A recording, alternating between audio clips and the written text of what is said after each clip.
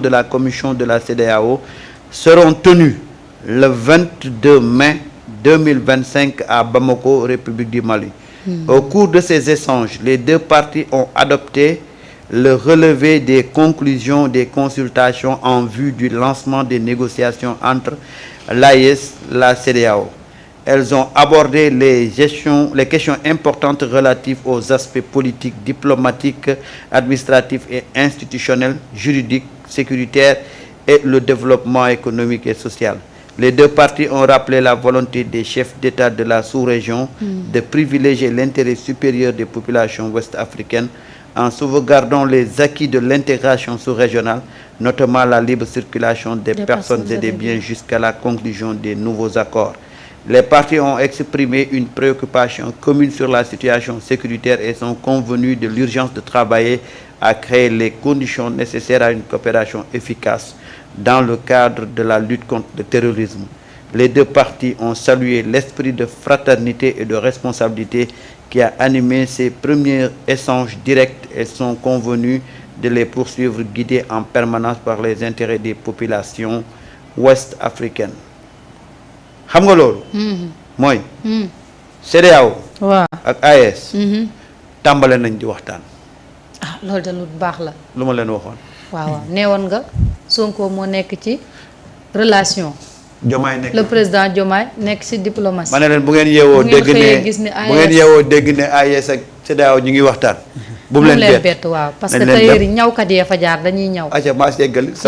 sa waaja def na effet Burkina de. tukkee ba Burkina. xam nga effet Sonko ngay am foofu. xam nga man wax yàgg naa ko wax. Ousmane Sonko c'est le relais entre les nations africaines fu mu toll nii. xam nga tey jii moom dafa bokk ci ñi sonné la révolution en Afrique dafa bokk ci l'espoir de la jeunesse africaine Ousmane Sonko. discours bi mu def fële ci Burkina mais c'est un discours qui a retenti dans toute l'Afrique. Dans toute l'Afrique j'ai vu des activistes congolais, béninois, nigériens mais reprendre quand même les paroles de Ousmane Sonko parce que Ousmane Sonko porte non seulement l'espoir du Sénégal mais il porte l'espoir de l'Afrique. Encore une fois la réconciliation des peuples africains bi ñuy wax. mais ça passe inévitablement par Ousmane Sonko parce que amul tey ji un leader qui s'affirme en Afrique pour pouvoir réconcilier les peuples li ñuy wax ji mu xew Burkina ak ki fa nekk ak Mali aussi Tchad aussi mais ñooñu ñëpp tey ji France daf leen a ñàkk Occident ñàkk na leen léegi nag ñun bu fekkee booloowuñu gérer suñu sécurité bopp kenn duñ ko gérer li tubaab bi defoon Kadhafi la ñuy jéem a def parce que jàpp naa ne Ousmane Sonko tey jii lii mu def nii lii Samba Liir léegi nii mais c'est des pas de géant quand même vers l'unité africaine lii Ousmane Sonko wax keroog Afrique yëpp ko dégg ni ko Afrique déggee nag noonu la ko Occident déggee li mu wax léegi nag ñun nopp garmee koy dégg ñoo war a jël suñu responsabilité les peuples africains accompagner nos dirigeants bu njëkk ba on avait un problème parce que nous avions des dirigeants yoo xamante ne ils étaient à la solde de l'Occident de la France non seulement Macky Sall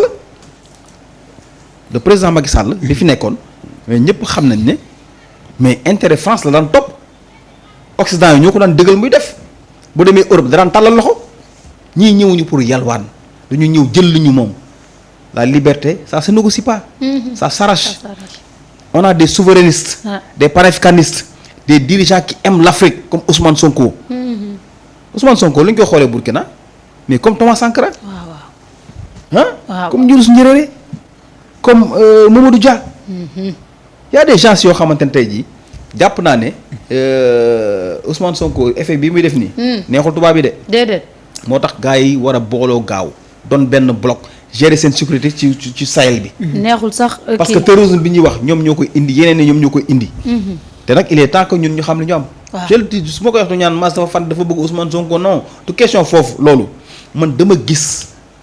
vision Ousmane Sonko est venu révolutionner la politique au Sénégal d'accord Ousmane Sonko est venu révolutionner tey jii ci vision ci l'unité africaine conscientiser la jeunesse et le peuple africain nit ñi nag am espoir à travers lui.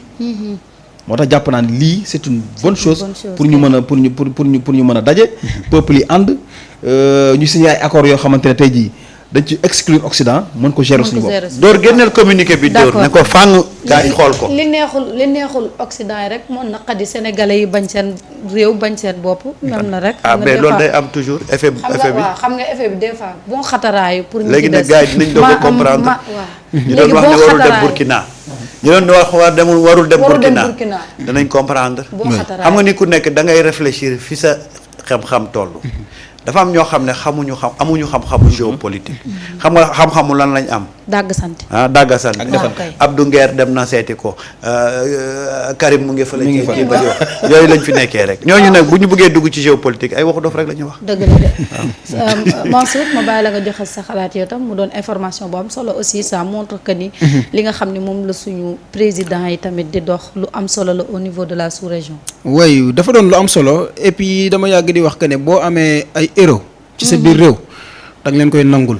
buñ demee nag ba génn Afrique nga war leen ko gën a nangul maanaam buñ nekkee ci biir réew mi ñun ñëpp mën nañ nekk ci combat politique yi peut-être Bougane mën na bañ a ànd ak Sonko mais saa bu sentiree ne Sonko mu ngi dem ci beneen réew ci Afrique dañ ko fay tagg di ko bàkk bu mu gisati Ousmane Sonko bi doon kon adversaire am xam nga lu muy gis version rouge bi nga xamante ni moom la Ousmane Sonko gàlloo ba dem fa parce que demu fa en tant que chef de parti Pastef dama foofu en tant que beneen casquette dafa dem en tant que premier ministre bu Sénégal léegi nag boo nekk ci sa biir réew sa waa réew xamuñu la dañuy faral di wax ne ku mu neex nga ne sama papa moo mën waaye boo tëddee sa lal xam nga ki mën sa baay ak ki sa baay mën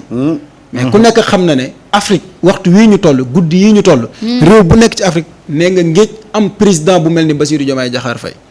nee nga ngéej ci sa biir réew am premier ministre bu mel ni Ousmane Sonko léegi nag ñun sens boobu bu ñu ko amee ba nga xamante ni au lieu que ñun ñuy focaliser wu ci keneen mais Afrique ñooy focaliser wu ci Ousmane Sonko fan la bëgg ñu dem ak naka la bëgg ñu doxee loolu nañ ko def sant yàlla bu baax a baax a baax a baax a baax ba nga xam ne ñoom homme politique yi nga xam ne ñoo nekk ci biir réew mi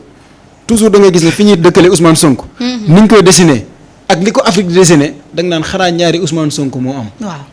parce que ñoom bu ñu lay wax Ousmane Sonko bu ñu koy caricaturer dañ lay gis jox benn Ousmane Sonko bu ñàkk xorom boo xam ne lu mu wax da koy bàyyi amul dara loo xam ne da koy wax fekk mu gëm ko mais ci période boobu fekk Afrique moom ñu ngi mooy Ousmane Sonko ku ci nekk bëgg Ousmane Sonko doon sa doomu réew voilà door génne communiqué bi dem ba nga xamante ni jàpp nañ ne li Thomas Sankara doon liggéey Ousmane Sonko mooy ki nga xam ne moo ko doon dem ba nga xamante ni jàpp nañ ne képp ko mos a yor projet révolution ci Afrique jàpp nga ne Ousmane Sonko yegg na ci foo xamante ni amaana yow yeggoo foon te danaa koy wax toujours que ne Ousmane Sonko na ko histoire bind te bu mu ko bindee bindinu soxor. déedéet gis nga bu ñu ko bindee te binduñ ko ci ànd ak soxor. raw na Thomas Sankara. lu leer waaw dafa baax nii rek di ko tudd di ko nangam. mais dépassé na Mamadou Dia. Omar Blondin Diop dépassé na ko keneen ak keneen parce que ñooñu intention lañ amoon